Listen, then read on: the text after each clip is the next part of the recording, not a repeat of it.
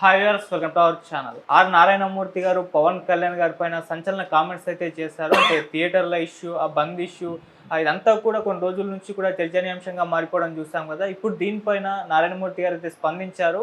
ఆయన రామారావు గారిని, ఆయన పవన్ కళ్యాణ్ గారిని కంపారిజన్ చేస్తూ కూడా మాట్లాడడం జరిగింది. మరి ఆయన కామెంట్స్ని ఏ విధంగా చూడొచ్చు, మరి దీనికి మళ్ళీ జనసేన వైపు నుంచి ఏ విధంగా రెస్పాన్స్ అయ్యే అవకాశం ఉంది. సో ఇదే అంశం మీద డిస్కస్ చేయడానికి ప్రజెంట్ మనతో పాటు సీనియర్ జర్నలిస్ట్ అరవింద్ కొల్లి గారు ఉన్నారు. వారిని అడిగి తెలుసుకునే ప్రయత్నం అయితే చేద్దాం. సో నమస్కారం సార్. సార్, థియేటర్ల బంద్ అంశం, ఆ తర్వాత పవన్ కళ్యాణ్ గారు ఫైర్ అవ్వడం, తర్వాత థియేటర్ల మీద దాడులు, అంటే రైడ్లు, ఇవన్నీ కూడా జరగడం చూస్తున్నాం. దీనిపైన ఇప్పుడు నారాయణమూర్తి గారు కూడా స్పందించారు. ఆ వీడియో అందరం కూడా చూసాము. మరి ఆయన కామెంట్స్ని ఏ విధంగా చూడొచ్చు అంటారు సార్? నారాయణమూర్తి సంబంధించిన వ్యాఖ్యలు ఆయన సహజమైనటువంటి తత్వానికి, సహజమైనటువంటి వైఖరికి తగ్గట్టుగానే ఉన్నాయని తప్పదు. ఈ చెప్పే క్రమంలో ఒకటైతే క్లియర్, ఆయన పవన్ కళ్యాణ్ నుంచి ఇంకెక్కువ ఆశిస్తున్నట్టుగా చెప్పారు. ఓకే. అంటే అసలు ఒక వివాదం వస్తే, అంటే మేము సినిమా థియేటర్లు బంద్ చేస్తాము అంటే బంద్ చేయడం అనేది వాళ్ళకు ఉన్నటువంటి సహజమైనటువంటి తిరుగుబాటుకు లేదా పోరాటానికి సంబంధించినటువంటి ఒక రూపం అది. దాన్ని అసలు దాని గురించి మాట్లాడటానికి ఎవరికి అర్హత లేదు అంటూ ఆయన ఏమంటాడు, ఎన్టీ రామారావు తర్వాత పవన్ కళ్యాణ్ అంటే ఆయన ఒక టవరింగ్ పర్సనాలిటీగా పవన్ కళ్యాణ్ చూడాలనుకుంటున్నా, పవన్ కళ్యాణ్ని ఒక ఐకానిక్ పర్సనాలిటీగా చూడాలనుకుంటున్నా, ఒక పెద్ద స్థాయిలో చూడాలనుకుంటున్నా, సినిమా రంగాన్ని మొత్తానికి లీడర్షిప్గా చూడాలనుకుంటున్నా అనే భావం ఆయన వ్యక్తం చేశారు. చేసే క్రమంలో ఒకటి క్లియర్, పవన్ కళ్యాణ్ నుంచి ఆయన ఎక్కువ ఎక్స్పెక్ట్ చేస్తున్నారు, పవన్ కళ్యాణ్ ఎక్కువ పర్ఫెక్ట్గా ఉండాలనుకుంటున్నారు, పవన్ కళ్యాణ్ ఎక్కువ లీడ్ తీసుకోవాలనుకుంటున్నారు. ఇవన్నీటికి ఆయన చెప్తున్నటువంటి ప్రత్యేకమైనటువంటి అభిమానాలు, అభిప్రాయాలు ఏంటి?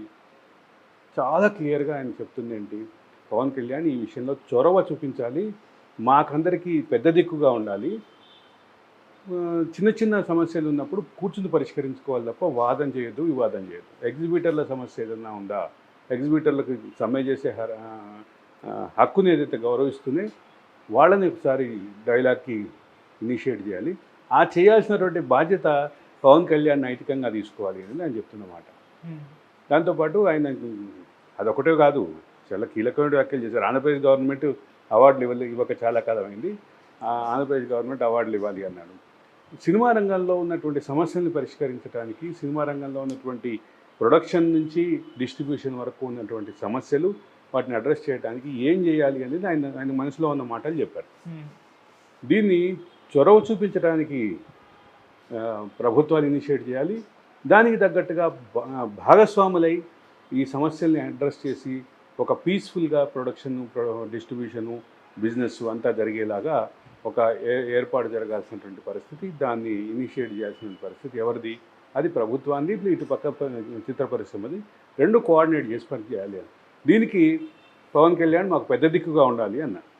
రైట్? అంతే కదా? అంతే సార్. ఆయన చెప్పింది మాట్లాడిన దాంట్లో ఎక్కడా ఏమీ ఇబ్బంది పెట్టలేదు.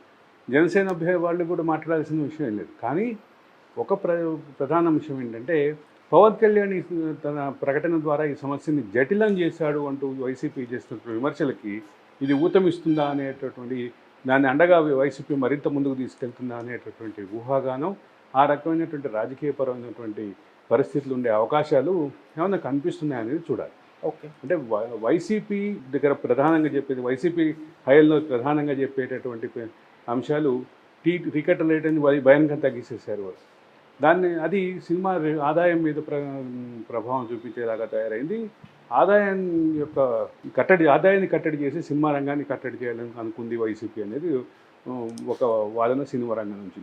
తర్వాత సినిమా రంగానికి పెద్ద దిక్కుగా ఉన్నటువంటి చిరంజీవిని అవమానకరంగా ట్రీట్ చేశారు అనేది ఒక విమర్శ ఉంది. అంటే చిరంజీవితోటి పొగిడించుకుని ఆ క్లిప్ మాత్రమే లీక్ చేసి వైసీపీ అప్పటి సీఎంఓ కొంత దురుద్దేశంతో ప్రవర్తించారనేది ప్రధానమైన అభ్యంతరకరం. దీన్ని అటు పైగా ఇంకో అంశం ఏంటంటే, సినిమా రంగానికి అదే పవన్ కళ్యాణ్ ఎన్నికల క్రమంలో ఇదే రకమైనటువంటి ప్రస్తావన చేశారు. ఇక్కడ ఒకటి గమనించాల్సిన అంశం ఏంటంటే, రాజకీయపరమైనటువంటి ప్రభావాలు, రాజకీయపరమైనటువంటి అంశాలు అన్నిటినీ కనుక పరిగణలోకి తీసుకుని ఆలోచిస్తే ఇది మాత్రం ఖచ్చితంగా పవన్ కళ్యాణ్ సైడ్ నుంచి ఆ రకమైనటువంటి పెద్దరికాన్ని ఆయన ఆహ్వానించటం కాదు, సినిమా రంగం సమస్యల పరిష్కారం విషయంలో చొరవ పవన్ కళ్యాణ్ నుంచి ఆ చొరవని లీడ్ చేయాల్సినటువంటి బాధ్యతను పవన్ కళ్యాణ్ నుంచి ఎక్స్పెక్ట్ చేయడం కూడా తప్పు కాదు. ఓకే. వీటన్నిటిలో ఉన్నటువంటి ప్రధాన అంశం ఏంటి? పవన్ కళ్యాణ్ నుంచి ఆయన ఎక్కువ ఆశిస్తున్నారు.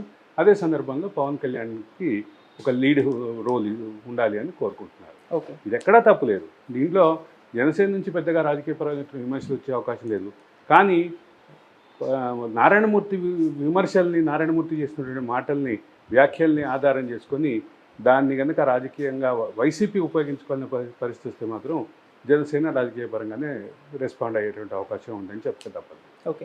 అంటే ఇంకోటి సార్, ఆయన హరిహర వీరమల్లు పేరు తీయకపోయి ఉండాల్సింది. అంటే ఇప్పుడు ఏంటంటే హరిహర వీరమల్లు ముందే సినిమా థియేటర్లు మూసేస్తామన్నారు, హరిహర వీరమల్ని ఆపే ప్రయత్నం చేస్తున్నారు, అందుకే పవన్ కళ్యాణ్ గారు ఈ స్థాయిలో రెస్పాండ్ అయ్యారు అని అంటే అదొక విమర్శలో వెళ్ళిపోయింది. ఇప్పుడు పవన్ కళ్యాణ్ గారి పైన హరిహర వీరమల్లు సినిమా కేంద్రంగా రాజకీయ విమర్శల దాడి మొదలైంది, పెరుగుతోంది అనేది వాస్తవం.